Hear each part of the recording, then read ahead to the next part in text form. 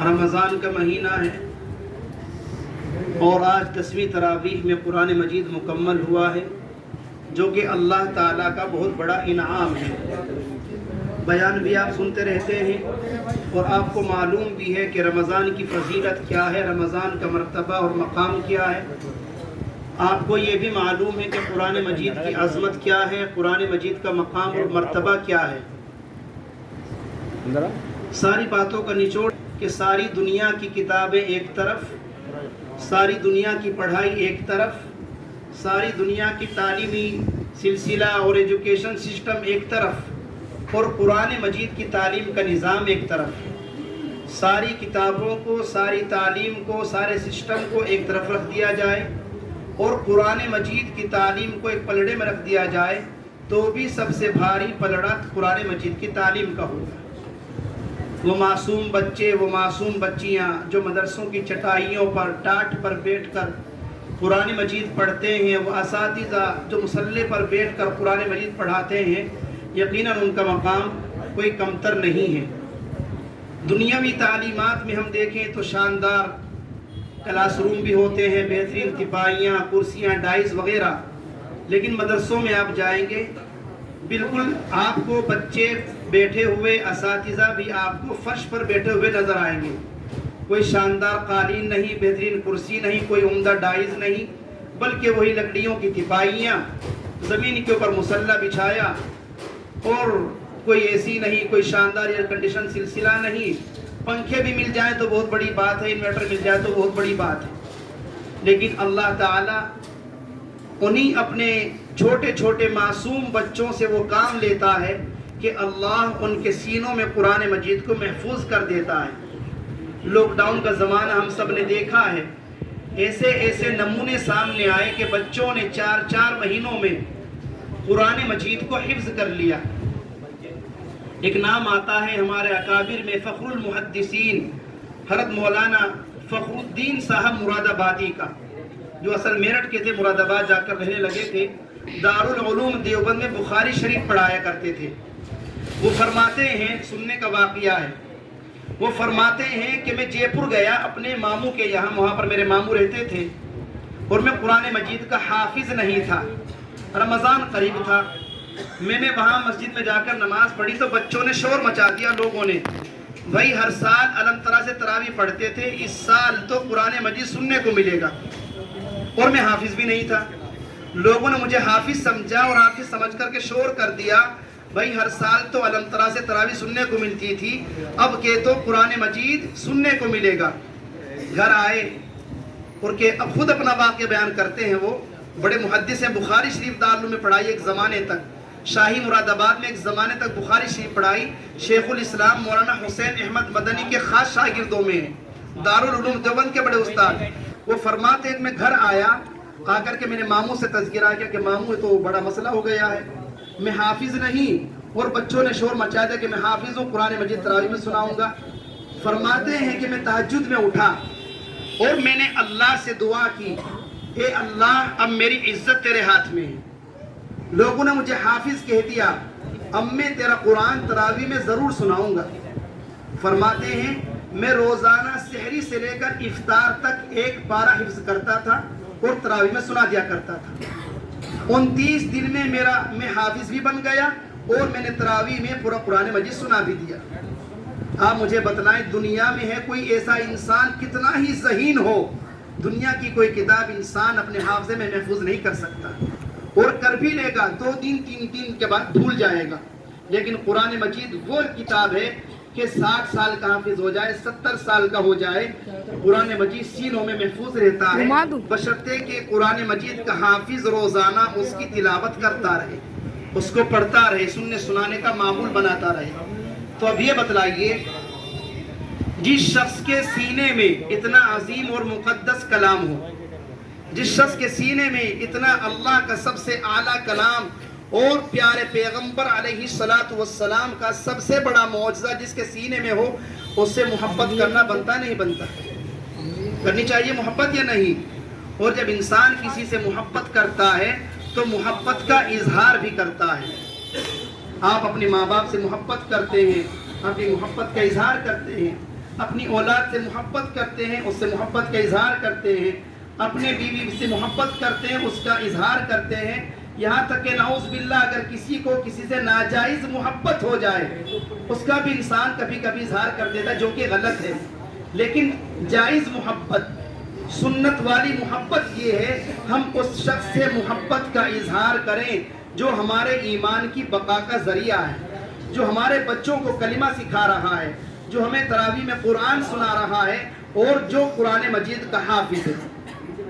اب جس کو محبت ہو وہ کھڑا ہو جائے، اور جس کو محبت نہ ہو بیٹھا رہے، اظہار کرنے کے لیے، صرف خالی ہاتھ نہیں، اظہار کرنے کے لیے اظہار کرو محبت کا۔ بہت بہت شکریہ، آپ کو ہم سے محبت، ہمیں آپ سے محبت۔ لاؤ جس کو محبت ہو آ جاؤ، جس کو محبت نہ ہو بیٹھے رہو۔ ماشاء اللہ، پہلے دیا ہے عقیدت میں، اب مانگ رہا ہوں محبت میں۔ عقیدت محبت میں فرق ہوتا ہے۔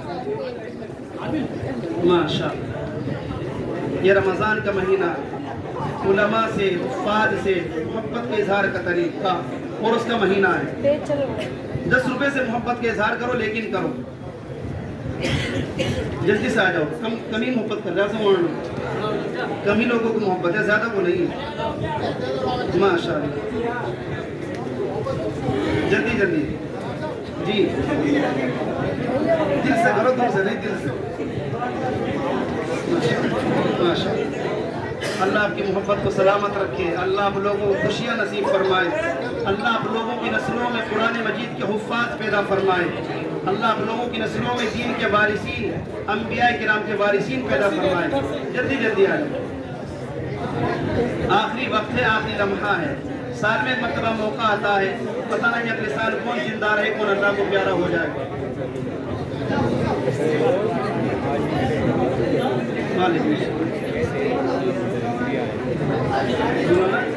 ہم بھی محبت کر رہے ہیں آپ سے۔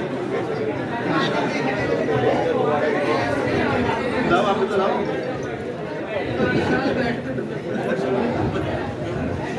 اظہار کرو، اظہار۔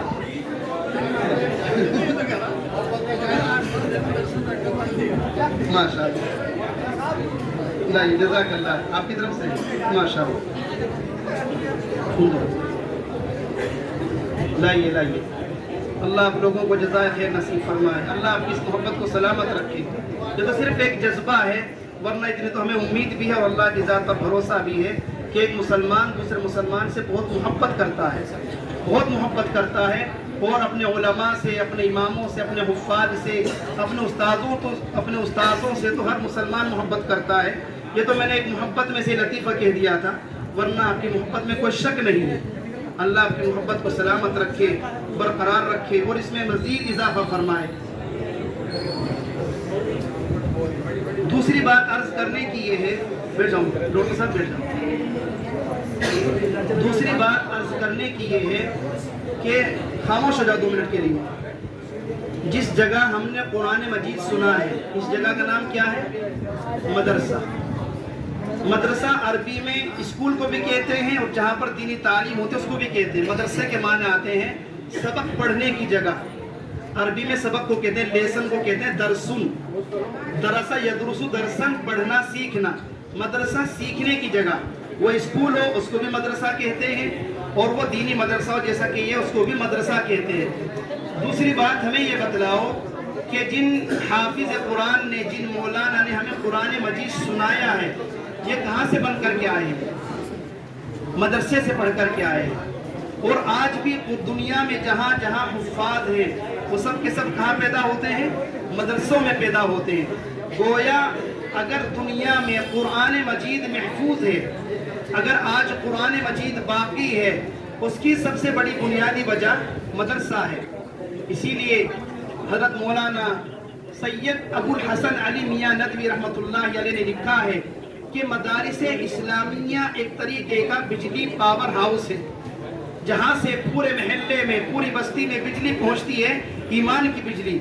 اور یوں کہا جائے آج کی زبان میں، ایک اعتبار سے یہ ریڑھ کی ہڈی ہے۔ جس طرح انسان کے جسم میں، انسان کی باڈی میں ریڑھ کی ہڈی ہوا کرتی ہے، جب تک وہ صحیح سالم ہے، مضبوط ہے، انسان مضبوط ہے۔ اور خدا نخواستہ اللہ نہ کرے اگر کسی کی ریڑھ کی ہڈی میں تکلیف ہو جائے تو انسان صاحب فراش ہو جاتا ہے، بستر پر لیٹ جاتا ہے. ڈاکٹر مشورہ دیتے ہیں پٹی باندھنے کا، تخت پر لیٹنے کا، زمین پر لیٹنے کا، اور اس کو گدوں سے منع کر دیا جاتا ہے. مدارس اسلامیہ ریڑھ کی ہڈی ہے.